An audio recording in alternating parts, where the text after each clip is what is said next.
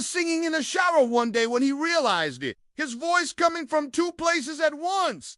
It wasn't an echo. No one else was in the bathroom with him. He stepped out of the shower, towel drying himself, and the voice followed him. It was then that he knew something was terribly wrong. It was about 11 a.m. on a Saturday when Thomas had the weirdest thing happen to him. He had just gotten done washing his hair and face when he turned the water off. That's when he heard his own voice in the shower stall next to him. He stopped and froze, listening intently. The voice started again, and this time he could make out the words, "I love her so much." Then the voice stopped as abruptly as it started. Thomas stood there for a moment, thinking he'd imagined the whole thing. But then he heard the voice again. This time, it was singing the chorus of one of his favorite songs. It was his voice, but how? Was someone messing with him? Was there someone else in the bathroom? He peered around the corner and into the adjoining shower stall, but no one was there. Was he losing his mind? Had he been in the shower too long and gotten a little delirious? He shook his head, chuckling at himself. It had to be the most ridiculous thing he'd ever experienced. He stepped out of the shower and reached for the towel hanging on the rack. And that's when he heard the voice again. It sounded like it was coming from inside his head. He dropped the towel and backed away from the shower. It couldn't possibly be. But what if it was? What if his mind was playing tricks on him because of stress or maybe sleep deprivation? Maybe he needed to take a break from work and see a doctor. Could it be some kind of early onset dementia? How old was he again? He was only 34. Surely it wasn't dementia. But what else could it be? He decided to get out of the bathroom and go to his bedroom to lie down for a bit before heading to his office. As he walked out of the bathroom, he could still hear the voice. It was following him. He stopped in his tracks and turned around. The voice was coming from everywhere and nowhere at the same time. He went back to the shower and looked in the adjoining stall again. There was no one there. He could hear the voice now clearly and distinctly. It was humming the tune he'd been whistling earlier in the week. What was going on? Why couldn't he see anyone? Where was the voice coming from?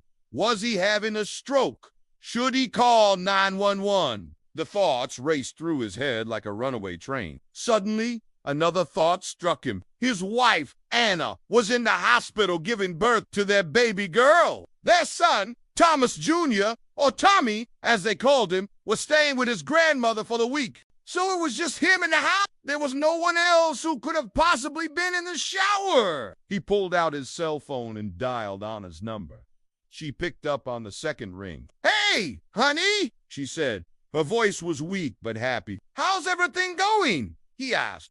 "Oh, great. We're expecting the baby any minute now," she replied. "That's wonderful news," he said. "Can you talk?" "Yeah, everything's fine," she said. "Good. Well, listen, I have to go. I think they're getting ready to bring her in," she said. "Okay. Well, I'll see you later," he said. "Yeah, later," she said. And then she hung up. He stared at his phone as the realization dawned on him. Was she the voice? But how? If she was in the hospital, then why was her voice echoing in his back? He rushed to his car and drove to the hospital. He parked in the visitor parking lot and ran into the hospital. He found the nursery and stopped in the doorway. There were 3 bassinets in the room, but all of them were empty. One of the nurses noticed him standing in the doorway and asked, "Can I help you?" "Where's my baby?" he asked. The nurse checked the computer in front of her.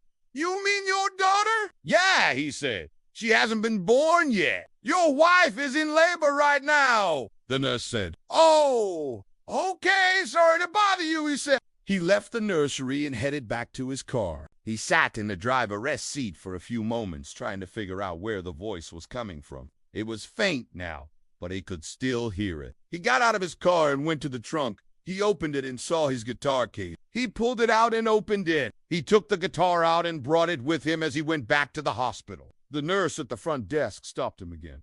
"Can I help you?" "Yes."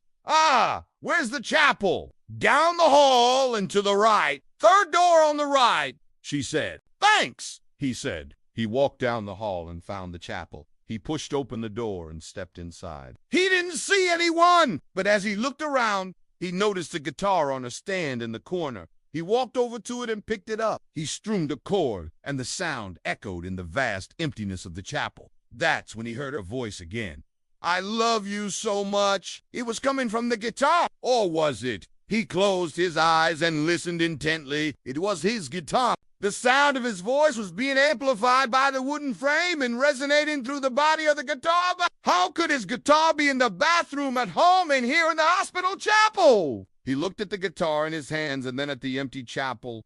He had an eerie feeling that he was not alone. Someone or something was with him, watching him. He slowly began to play the guitar. The sound of his own voice filled the chapel. I love you so much, he sang. And as he sang, he felt a sense of peace come over him. He was unsure if it was the music or the fact that he was finally alone in his thoughts. But as he played on, he felt the anxiety lift and the fear recede. He didn't know how long he'd been in the chapel, but eventually he stopped playing.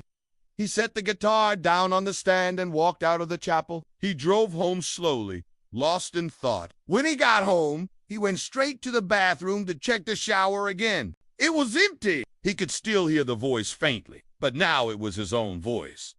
He was the one making the sound, but how could he have been in two places at once? He still didn't have an answer, but he no longer needed one. He could feel his voice coming from his heart, from his soul, and that was enough for him. He went to his bedroom and lay down on the bed. He closed his eyes and drifted off to sleep. He dreamed of his wife and children. He dreamed of love and happiness. And in his dream, he heard the voice again.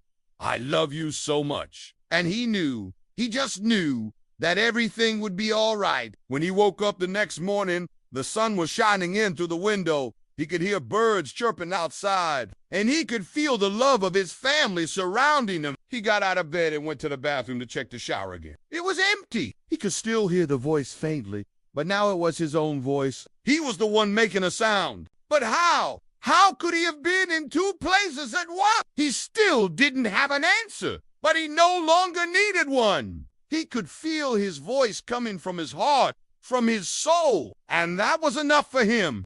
He went to his bedroom and lay down on the bed. He closed his eyes and drifted off to sleep. He dreamed of his wife and children. He dreamed of love and happiness. And in his dream, he heard the voice again. I love you so much. And he just knew that everything would be all right. Now, after hearing this man's story, please tell us in the comments, what do you think happened to him? And if you want to hear more interesting stories, stay tuned.